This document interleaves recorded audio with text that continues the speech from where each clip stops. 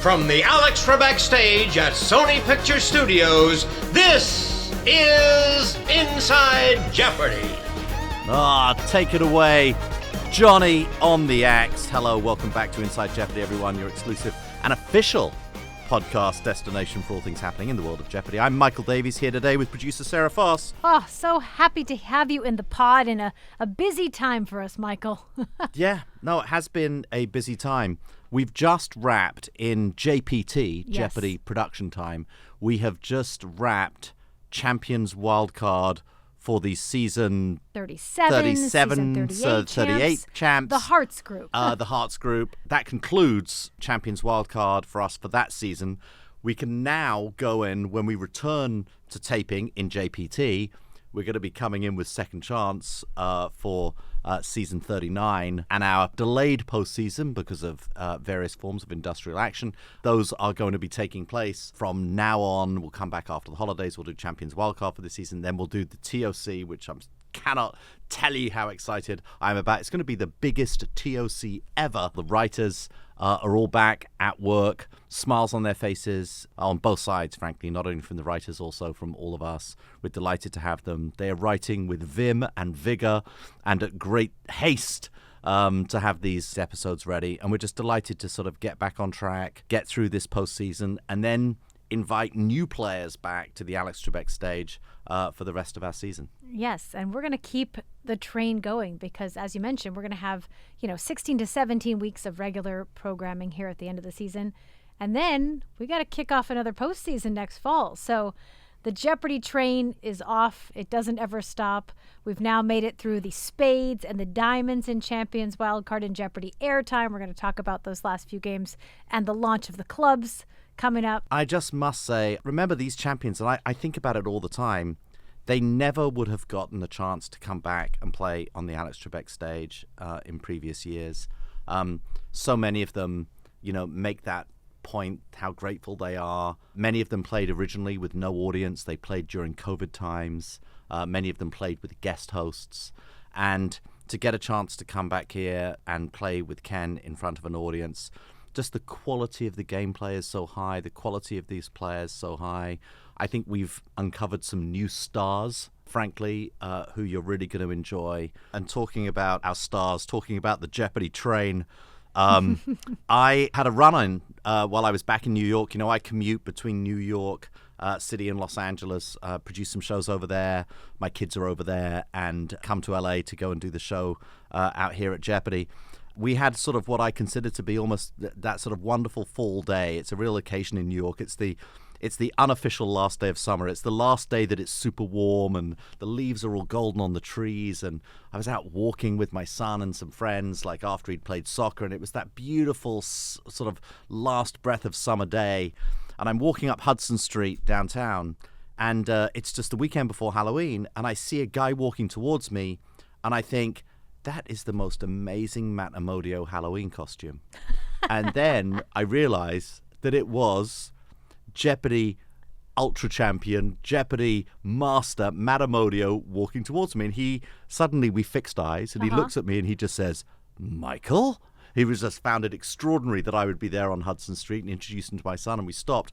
And we're right outside, I've forgotten the name of the restaurant, we're right outside a restaurant on Hudson Street in the West Village.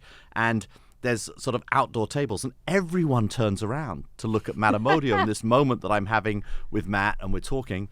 Matt had literally moved to New York City from Cambridge the day before, had unpacked boxes at his apartment, and he was walking down Hudson Street. It was so lovely to run into him. And when he walked away, the table of people, several tables outside this restaurant were like, that was the coolest thing we ever saw. And just the fact that you were walking up Hudson Street and you recognized him. And then my son, of course, and you've met George. He's like, yeah, my dad's the producer of the show. It's kind of a big deal. Yeah, he kind of a big deal. Everybody was so excited, and they were huge Jeopardy Masters fans, huge Matt Amodio fans, fascinated that I lived and worked just down the street. And you just realize the power of this brand, the power of our champions. And Matamodio, maybe I'll walk past him on the street the whole time now. Yeah, in a small place like New York City. You Yeah, just I know. happened to run across I know, run one into of him. our On the super first day, champions. he's moved there.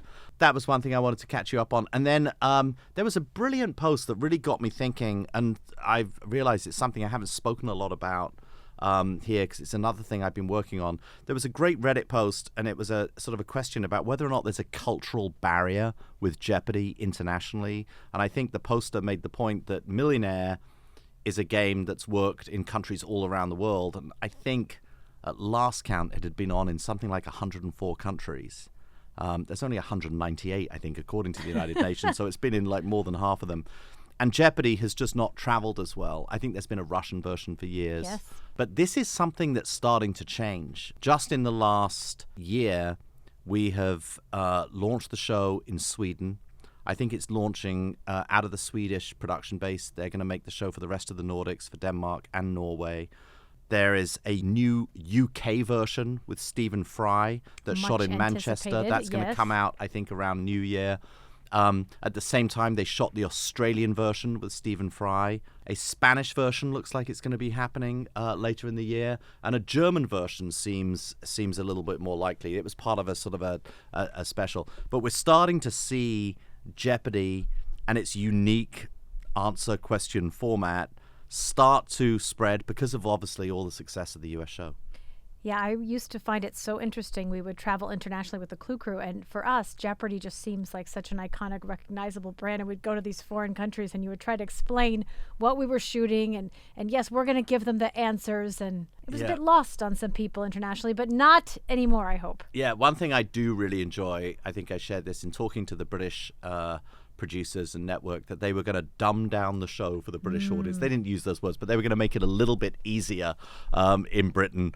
And I just, so many of my British friends who look down upon the American levels of intellect and intelligence, but they couldn't handle our Jeopardy. I love that. Yes, and there's that famous story about Merv Griffin, when the executives at NBC first saw the Oh, show, yeah.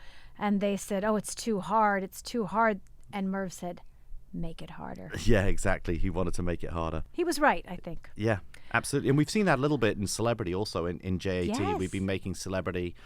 We've actually just concluded Celebrity for this year. And just the standard of play amongst our celebrities. I can't wait for you to see who makes the final. And the final was just tremendous, and the level of play was extraordinary between the three competitors. So, I do think that everything about US Jeopardy and everything we're doing is trying to raise the standard of play, get the very best contestants onto the Alex Trebek stage, competing against each other. It's where daily doubles have become so important in the game. We're seeing their buzzer speeds increase and increase and increase. We're seeing these correct answer percentages, the number of correct answers given. We're seeing test scores on the Anytime test increase. It's just really tremendous times. Well, we're talking now about Jeopardy! Airtime, JAT, because Yes, we have some JAT. big highlights to go over. Because last week we saw the conclusion of the Champions Wildcard Diamonds group. Yep. Emily Sands became our winner in a very exciting final. And Emily will actually be joining us later in the pod to talk about her unexpected return to the Alex Trebek stage. Plus, we're going to highlight the first two quarterfinal games of the Clubs group, those Season 37 and Season 38 champions. But before that, it's time to take a quick look back at this week in Jeopardy history. Amy Schneider was in second place with 19,600. Her island? What is Manhattan? Albert Gallatin and Alexander Hamilton buried Trinity Churchyard, downtown New York City. You will add how much? Quite a bit, taking you to 31,600. You are now in the lead. Andrew He, 5-day returning champion. What did you write down? Little head shake. Oh, what is Ellis Island? You're going to drop down 12,401, which means Amy Schneider with $31,600. You are our new Jeopardy champion. We'll be seeing Andrew again in the Tournament of Champions, I'm sure. And I hope we'll be seeing you tomorrow. Thanks for watching.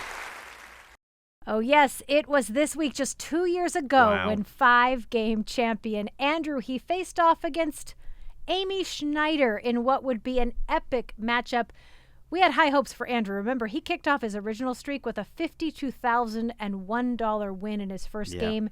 He had already made a huge impression with us on those big daily doubles, and with 5 wins, he had secured a spot in the Tournament of Champions. He was coming back for his 6th game. He was feeling good, but Andrew's streak ended that day. He did, of course, earn over $157,000, and he did go on to be a contender in the TOC, where he was reunited with Amy Schneider beat in her. the finals. He did. Amy, of course, prevailed as the winner of the TOC. Overall, Yes, but Andrew did put up a tough fight, and Amy actually spoke about going up against him, saying, "I was both wanting to and afraid of facing him again." It didn't end there, though, of course, Michael. They went on to compete against each other in the first ever Masters, where Amy came in 5th and Andrew came in 4th, both securing their spots in the JIT. We can't wait to welcome them back, along with their fellow TOC finalist, Sam Buttrey.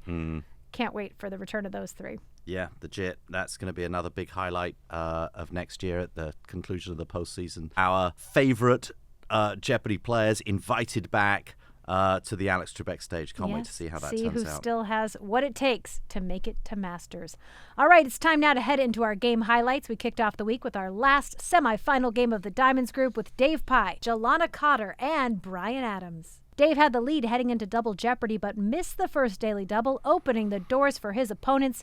Jelana, thanks to a $2,900 daily double, clawed her way into the lead heading into final. She was correct, so she goes from second chance to the finals of Champions Wildcard. Yeah, Jelana, one of those contestants who, captures the imagination. She's just got something about her that is so appealing. For me, I like that the nerves are written all over her face in some moments. She at some moments doesn't look at all confident, at other moments just seems to be brimming with it. I really enjoyed watching her play. I enjoyed her interaction with her partner, who was part of the audience on the Alex Trebek stage. What a wonderful player. Yeah, this was a tough final Jeopardy for Brian. He was incorrect because he missed a letter in the word Republic. He left off that L. Always tough in those matters. Yeah, he was a great sport about it, though, I must say. It realized his mistake and understood that it was going to cost him. Well, moving on to Tuesday for day 1 of the finals with Emily, Jelana, and Aaron. Emily and Jelana both got out to strong starts, but it was Emily who was able to pull away on Double Jeopardy thanks to an $8,000 daily double. Jelana unfortunately missed a huge $9,000 daily double herself. Yeah. But Jelana still able to build her score back to $11,000 despite that big loss. But Emily did have the lead going into final. Both Emily and Aaron were correct in final, and Emily took a strong lead heading into day 2. When asked about this game and how it feels to compete against, 2 finals within a month for Jelana between Second Chance and Champions Wildcard, she said, "The questions keep getting harder and the opponents keep getting tougher."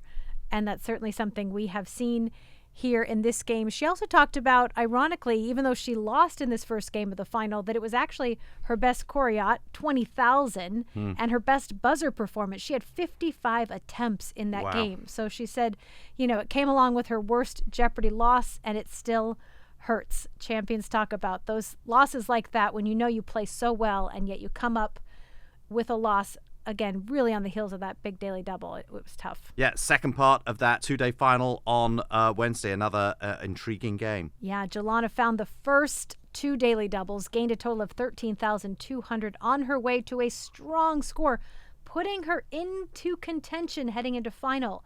Both Emily and Jelana were incorrect, though. So Jelana's all in, big wager, which you got to admire her for doing it because she could have won had she gotten it correct and Emily was incorrect, but that didn't happen and Emily secures the win. Have to talk about Aaron in this game. He wasn't able to play final in day 2, but he was the first one to go onto Reddit and congratulate his fellow competitors. Whoever gets pitted against Emily in the TOC, good luck to them because they are going to need it.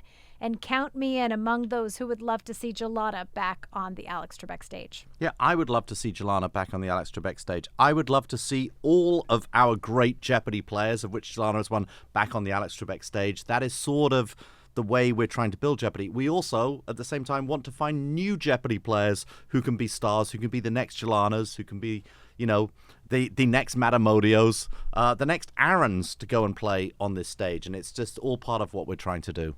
Well, and if you think about Jelana coming back in second chance, essentially winning 4 games to get to Champions wildcard, then winning her quarterfinal, I mean, you're talking about a 6-7 game champion. So that's a whole different level when you come back in these new competitions we've added and you get a chance to really show what you can do.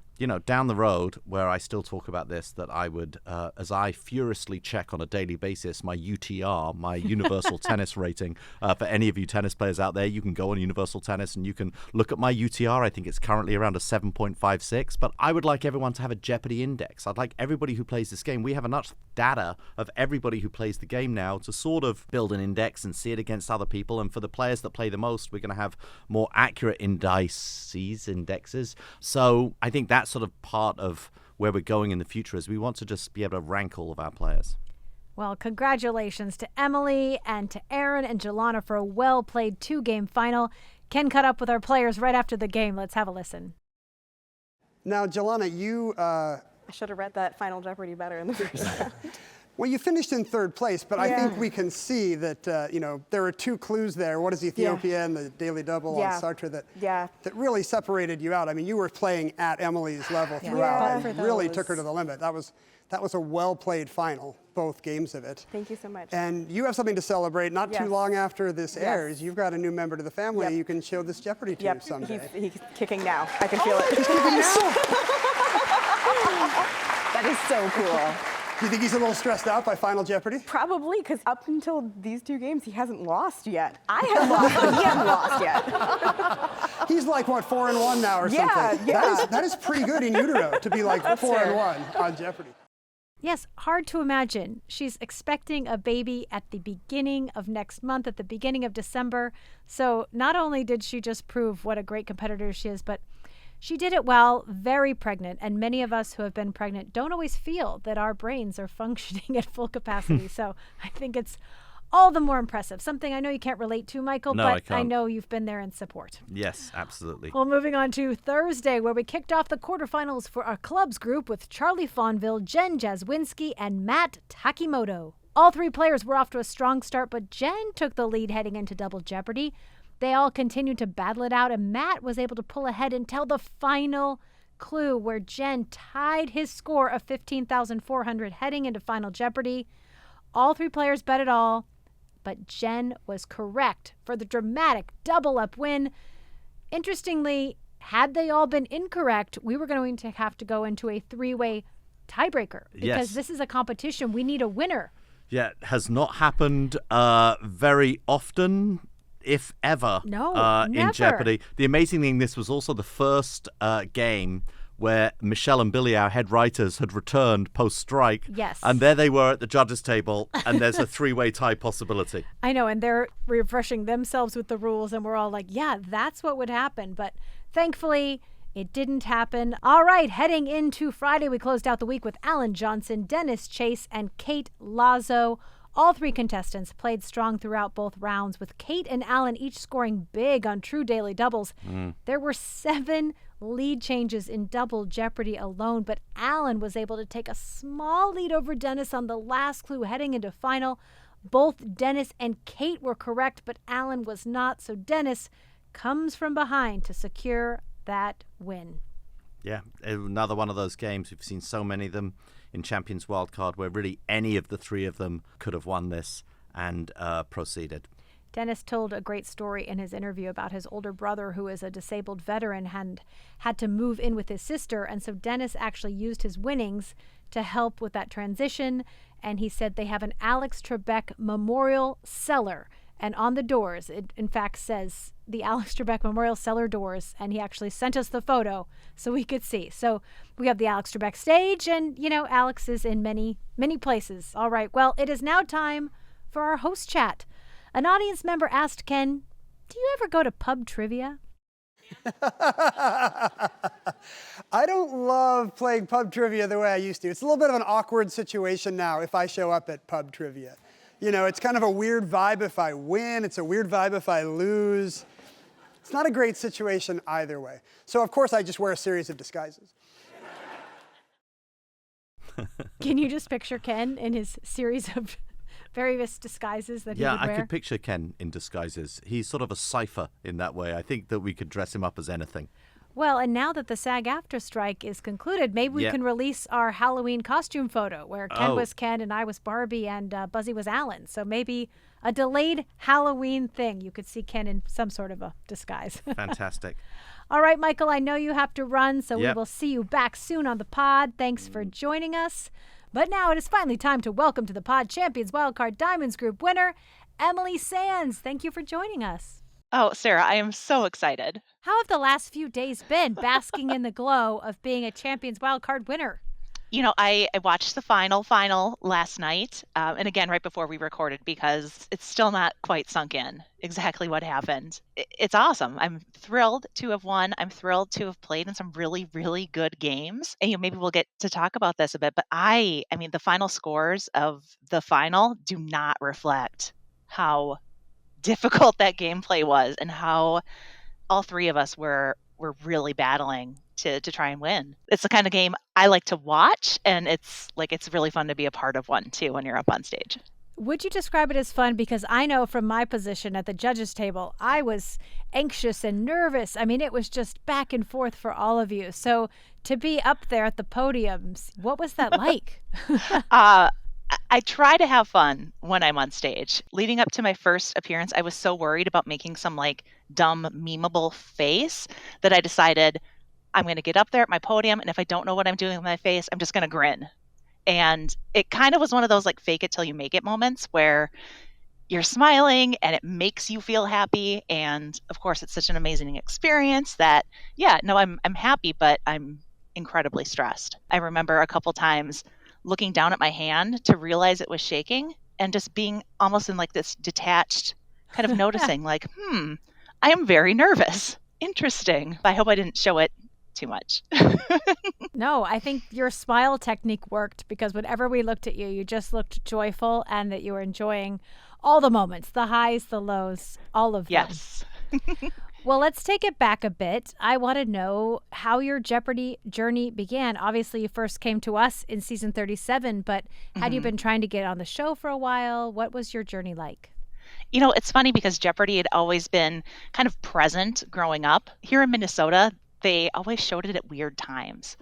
So they would show it at 11 o'clock in the morning. So if I wanted to watch someone on Celebrity Jeopardy, I would maybe have to tell my mom I was sick so I could stay home and watch David Duchovny, X-Files era, compete, right? So it wasn't one of those things where we all gathered around the television every night to watch. That wasn't the deal. But I've always loved Jeopardy. And I think I probably bring the same kind of intensity to my game on the Alex Trebek stage as I did to middle school geometry review Jeopardy. I just love that competition. And I think it's so much fun. I took the online test. I missed the scheduled test a couple of times. Okay, because we used to do it just once a year. So if Right. you didn't get there on those 3 nights in January, you were out of luck for a year. Yeah, and I think we had a blowout diaper, something else, and then completely spaced it, right? So then, okay, I'll take it again. I took the test once. I got invited to an in-person audition. I was so excited until I looked at the calendar and realized that in-person audition was the day before my sister's wedding, where I was the matron of honor. So I'm like, oh gosh. Okay, Kind of can't do it this important, time. yes. And I thought, I'll try again, no big deal. And I did. And I tried again. I got invited to audition in person in Milwaukee in November of 2019. I thought that would have been an amazing Jeopardy experience. The in-person audition was a Jeopardy fan fest or something, right? Because Jimmy was there from the Clue crew. Oh, I wow. totally geeked out, right? Jimmy. Yeah, I mean, I love them. And, they had the big board up and we got to play with our buzzer. I distinctly remember during my kind of audition game where we played 10 questions, I guessed on a response. I buzzed in and I guessed. And one of the producers kind of clocked it and she looked at me and she said, Did you just guess that? I said, yeah, it's an educated guess, right? And I'm convinced that's what got me cast on the show. Knowing that you were willing to make those educated guesses. Right. I and- think it makes for a good show. It makes for fun TV. So I don't know if that's what sealed it. I still think my trivia skills are pretty weak. Says the champion of champions wildcard. I know. I'm dealing with some real imposter syndrome right now, Sarah. But as one of my Diamonds colleagues has said to me, it's a disservice to the champions you beat to say that you're not very good. I'm Interesting. grudgingly coming around to this idea that I know how to play Jeopardy and that I'm actually pretty good at it. And then you're heading to the Tournament of Champions. I mean, with like real Jeopardy people though, Sarah, like Yes, like Chris yourself. Pannulo, Yes, like like yourself. Yes. thank you. But like Ben Chan, the Green Bay Runaway, Luigi de Guzman, America's Sweetheart. Chris Pannulo is America's other sweetheart. These are big names, so I'm not feeling that yet, that level of confidence. But I've got some time to hopefully figure that part out. You do. So you have that in-person audition, and then how long until you get the call that you are in fact coming to Los Angeles and you're going to be on the Alex Trebek stage? Well, my in-person audition was in November of 2019, and a couple of things happened after that. Things shut down for COVID. Alex Trebek passed away, and I thought, you know what? They said I'd be in the contestant pool for 18 months. I think that's going to sunset. I'll try again. This was really cool. So I wasn't expecting a call. But then I did get the call in February of 2021, and I taped in February and March of 2021. Wow. And you had not one, but two guest hosts, Anderson Yes. Cooper and Bill Whitaker. Oh my gosh. As someone who was like a journalism major in college, it was awesome to meet those two folks. Yeah, they're both legendary in their fields, for sure. Yes, amazing stuff, amazing folks. And I still have, a certain fondness when I see them on 60 Minutes or CNN or wherever they show up. We've got that connection. It's kind of cool. You have a total connection, I think, for them as well, because Yes. it was a time when we weren't seeing a lot of multi-day champions, and we never really could put our finger on what it was. But, you come along and you win 3 games. That's pretty darn impressive in season 37. Yeah, I felt good about it. And I'll tell you, Sarah, for the longest time, I was watching the Tournament of Champions tracker. And I thought, okay, I only won 3 games, but we're coming up on the season of Super Champs. So I was cheering for Matt and Matea and Amy. I'm like, keep those streaks running, because then when we get down to the numbers, Right. maybe I can sneak in. And then, shortly after my episodes aired was when Buzzy hosted the Tournament of Champions that year. And I had the worst case of FOMO, because Yeah. I saw these champions connecting and having fun and playing a really, really high level Jeopardy. And I just thought, oh, I wish I could be there. So this is beyond being a dream. It's awesome. Right, because that ship had sailed. You were a Right. 3-game champ. You were so close, but there wasn't any world of Michael Davies' pyramid that you fit into. Fast forward to you hear about Champions Wildcard, but that's going to be for season 39 champions. And I was thrilled for them. I thought, that's awesome. Can't wait to see these folks. But right, the door was shut on my Jeopardy experience.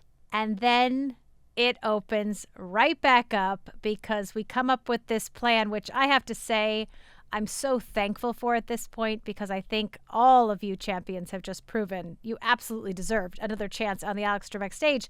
So you get the call and you're coming back, Emily. You're coming back. I'm coming back on Jeopardy. It was so exciting. And, this time, I guess I alluded to this in one of my interviews, but this time I could bring people with me to share in the experience. I was super excited to bring my husband and my son with. Now, my son's only 5.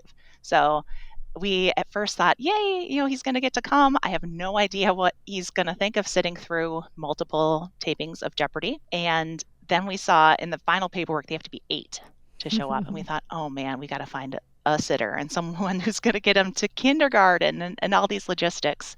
I asked, thinking I was going to get a no. And graciously, you folks came through and allowed my son to attend. So that was awesome. Well, that's where it worked out for us that we both have 5-year-olds, because Right. when I was approached, Emily wants to bring her 5-year-old. And I said, absolutely yes, because I know Yeah. I could bring my 5-year-old. And I bet Emily's the kind of mom who could bring hers as well. So let's make that a yes.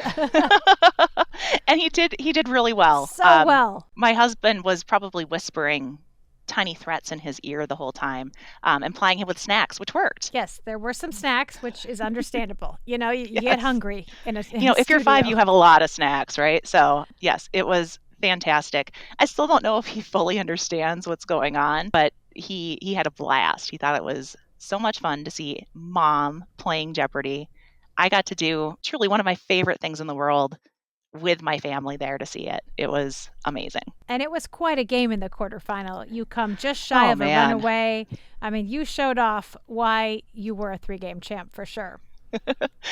Sarah, I wasn't sure how my buzzer skills were going to stack up, right? When I taped with Anderson Cooper and Bill Whitaker, I didn't know until I showed up that morning who was going to be reading the clues. So I didn't really spend any time trying to figure out like their timing or whatever. I just showed up and did what I did on the buzzer. To prepare this time, I did work a lot more on my buzzer timing, listening to Ken specifically. And so I hoped that would translate to the games on stage, and it seems like it really did. Yeah, 25 correct responses in that first game. No big deal. No big deal. Also that day, I really struggled with wardrobe. Apparently, when I get the sheet that says, don't wear white, don't wear stripes, that's my cue to go out and buy a white striped sweater. Like, I was ready to wear it. I felt super cute. Didn't pass wardrobe. I didn't pack enough TV appropriate tops, right? Like, my tastes tend to run towards prints and stripes, and that's like exactly what you're not supposed to wear. I love a jewel tone blouse as much as the next Jeopardy contestant, but yeah, I was not prepared. So on the day after my quarterfinal match, I watched 2 games, and then I booked it to Macy's because I'm like, I gotta figure out if I potentially could play 3 more games. I don't have 3 more looks. I did the Macy's, like, order online and curbside pickup in the Uber, stick my hand out, we're rolling past. I think I've got like 2 really cute tops, and then I got 1 jewel tone shell as like my backup. The 2 shirts that I thought were going to be super cute did not pass wardrobe. No, I didn't know this, Emily. I'm so sorry. Oh my gosh, no, this is on me, right? And it's reflection of how much I thought I would play 1 game and be done. Right. Yeah. So thanks to the fine folks at Macy's and our very fine wardrobe department for helping me be dressed throughout the run. So you watch some of the rest of the quarterfinal games, and you kind of see these other people who are emerging as winners, and you're trying to kind of start sussing up the competition in the finals. Who were you thinking, wow, I don't know that I want to be paired up against them? Oh, man. Dave Pye from the first rehearsal had the buzzer dialed in, and I thought, oh man, he's just going to wipe the floor with me. I'm not going to be able to buzz in if I play against him. And Jelana Cotter. Jelana is an amazing Jeopardy champion. She had just come off winning her second chance tournament, so she knows the tournament thing. She gets like the green room that we didn't get to have during COVID, and she rocks up to the green room pregnant. So already I'm thinking, oh my gosh, this woman is like supercharged. I lost 10 IQ points when I was pregnant. Like, I was dumb. She's got her toilet paper buzzer that she's working, and she's on it from what I can tell. She's got a bunch of books, like she's studying, cramming. I'm basically here to have a good time, and she's like, I'm working. This is it. Like, let's go. I was scared about Jelana. The Brohawks, like, you want to discount them, right? Right? He's got fuchsia hair. How good could he be? Right. Dave Rapp. Really damn good, Dave Rapp. And TJ Tally's no slouch either. Truly, it was a contest of champions. Every time I step foot on the Alex Trebek stage, I'm convinced that that's the game where it's going to come out that I'm a total imposter. And like, jigs up. Again, I'm getting over that kind of feeling, or trying to. Good, because we talk about that semifinal where you do go up against Dave Rapp, one of the Brohawks, and Yoshi Hill. You find both daily doubles and double Jeopardy. You add a mere 10,000 to your score, and you secure a runaway to the finals. So you put like an exclamation point on that finalist spot.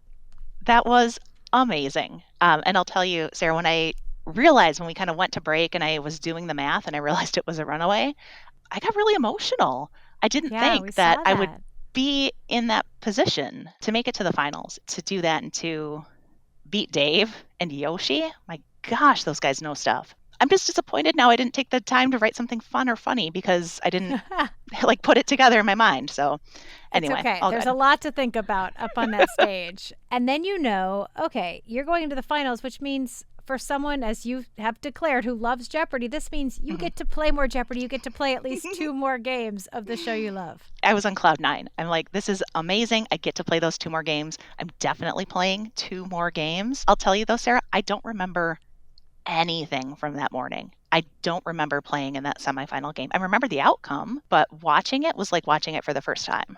And same deal with the other semifinal games. I don't know if I was just in a state of shock or if I was really trying to kind of get mentally prepared to just dial in and really play Jeopardy after lunch. I don't know. It's kind of a surreal experience. Well, after those 3 semifinals, you all do head to lunch, and Buzzy isn't here to ask the burning, pressing questions, but I have to know, what is your commissary order here at Sony when you're playing for big stakes? It's so funny to say, oh yeah, my usual order when I'm at Sony playing Jeopardy. Like, it happens, as it so often does for us all. I'll tell you, the first day I played, I stuck with the Chris Panullo route. I said, I'm going to do salad, some protein, keep it super simple. The next day when I didn't play, I had a poke bowl and survived. So like not realizing, Sarah, I'm taking my life into my own hands. Well, I have to say, I have since talked to Ken Jennings about this because I'm so appalled by all the lovers of the Pokeball. And Ken, huge fan, has never been sick once. So, I'm starting to maybe doubt my own knowledge about such Pokeball.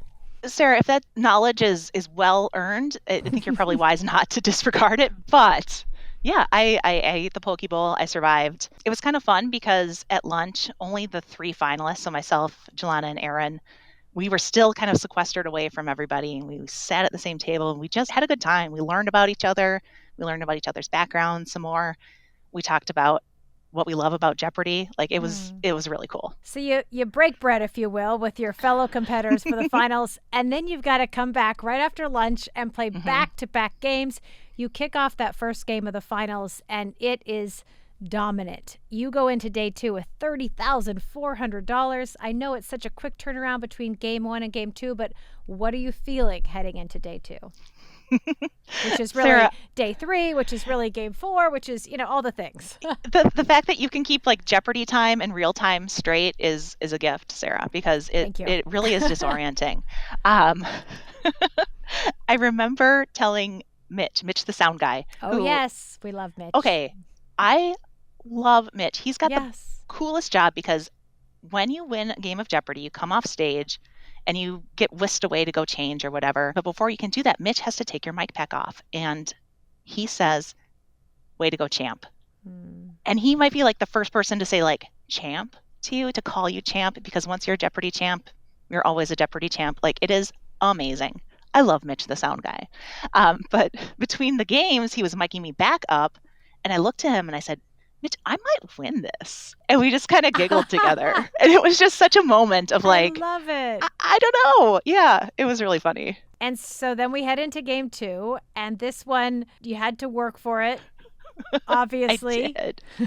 Jelana finds those first 2 daily doubles. She's on a tear.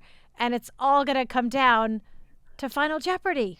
And I loved seeing Jelana go all in on that first daily double. I was like, yes, you can't be the best until you beat the best. And I thought the 2 of us battling together was pretty appropriate for a final. Yeah, it was amazing. And, yeah. I know in the end, Jelana comes up with the 3rd place prizing, but because she just said, hey, I'm either going to win this whole thing or I'm going home with 3rd place, but I'm not going to play it safe. It's not how she'd played all the way through. And you both are obviously incorrect in final.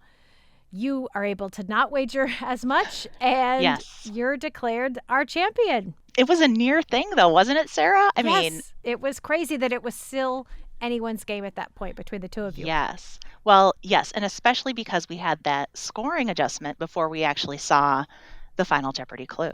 Yes. Which, Sarah, oh my gosh, that was really just a wild thing to have happen at such a moment of tension, like with the game and everything else. And then all of a sudden this lawyer in a vest comes out and tells me they're taking my money, and I'm like, what?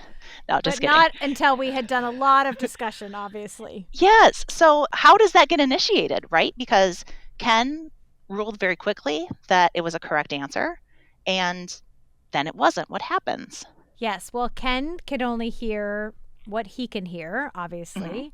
And then there are researchers and writers back in the library, the Jeopardy library, and they are listening to a live feed of the show.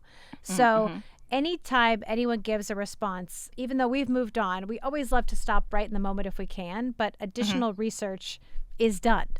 So it is then deemed whenever it's a good time to stop and discuss it, which in this case was right before Final Jeopardy because we weren't able to stop any point. The daily doubles had already been discovered.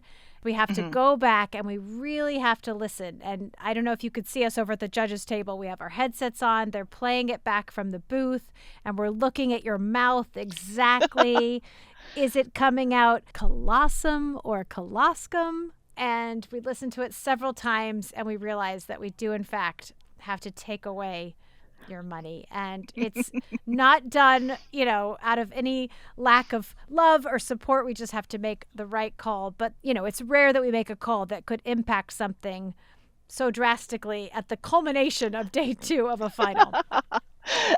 I wish you would have just asked me because I learned it wrong. I learned that it was corpus callosum.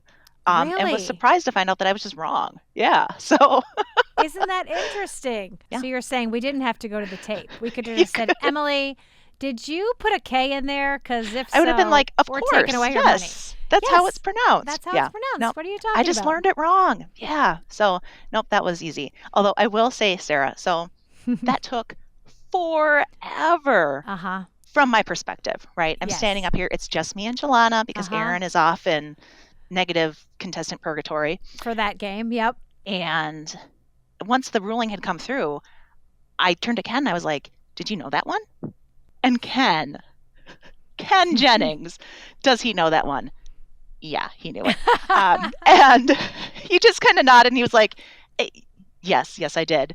Well, I have to ask, heading into the TOC, what Mhm. do you do with this time that you have? Because you didn't have as much time when you came back for Champions Wildcard. Definitely less notice was given to you. But now Right. you have months. You have time. Is that a good thing or is that a bad thing? I took a break from training because I had been just cramming so hard to really not just build my knowledge base, but to build kind of that meta skill of knowing whether you're going to know something, right? Like I'll buzz in and figure out the clue, right? The Jeopardy writers are amazing and they put in like all these little hints. And if you can follow their breadcrumbs, you've got it.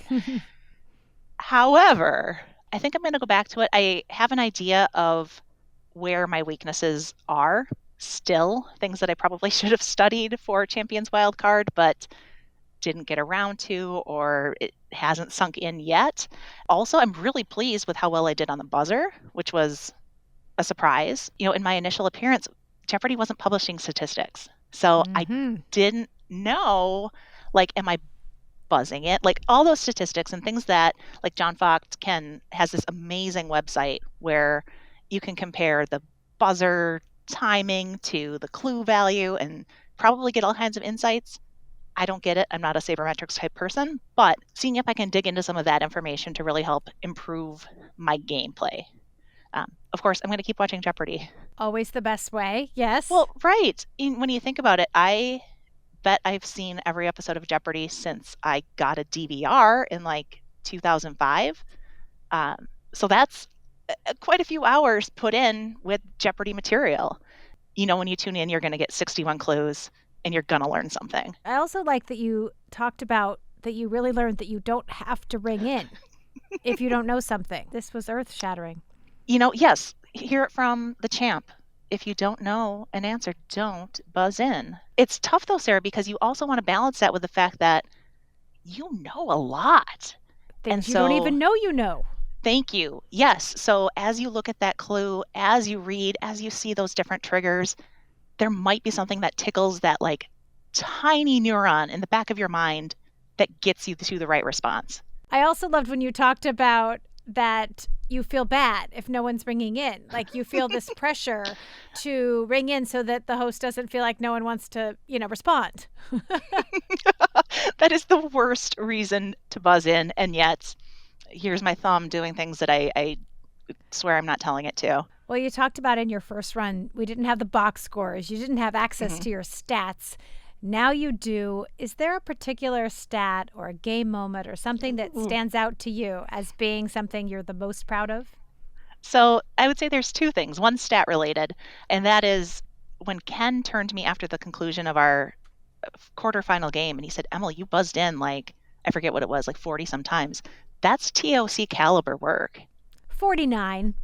And I 49 looked at him and I attempts. was just like, I've got a case of the but-fors. Like, yeah, yes, but no. Like, I'm not an elite level player, but I can bring some elite level stats, so maybe I've got something going on.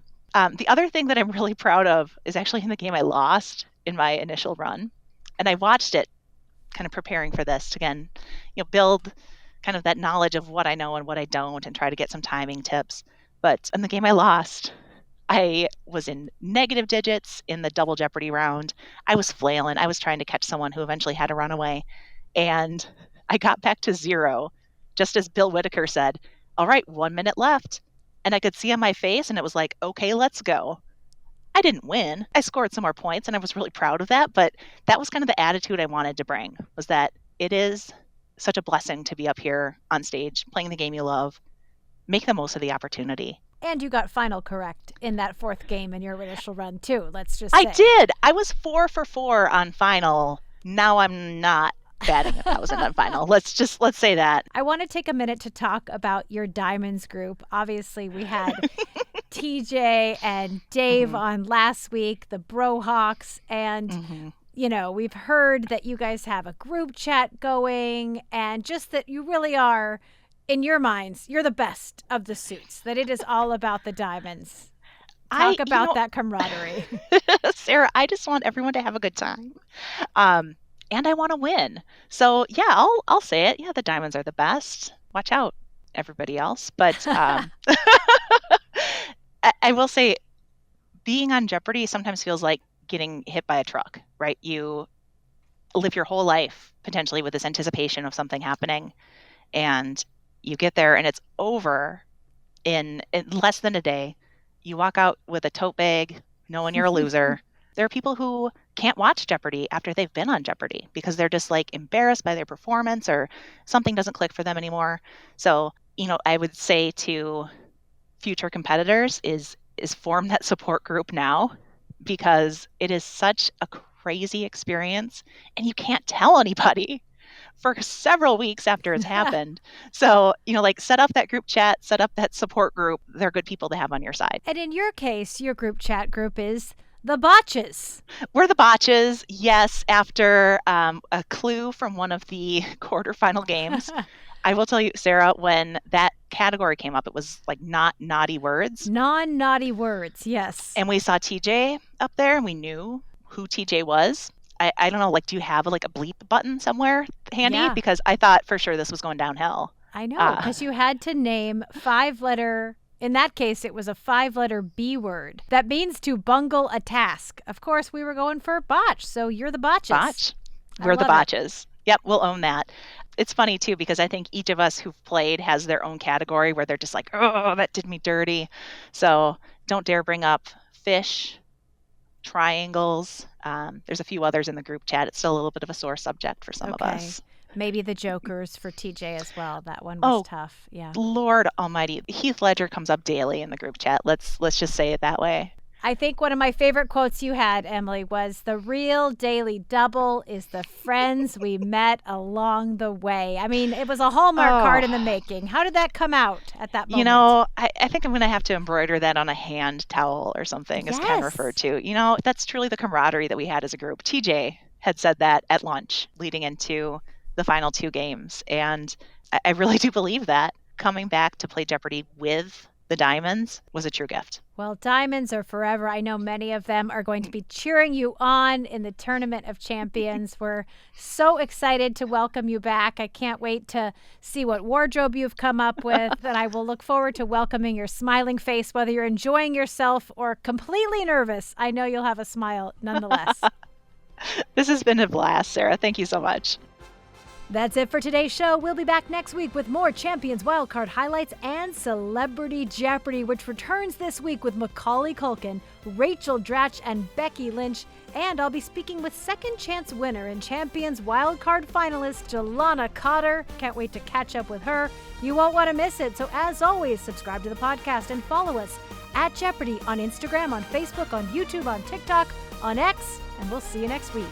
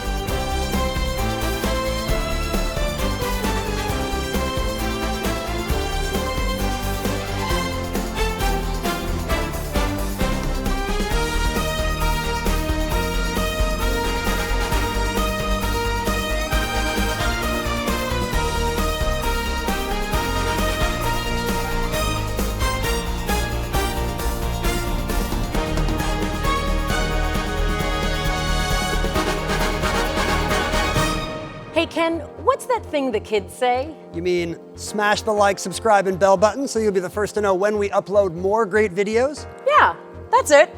Do that.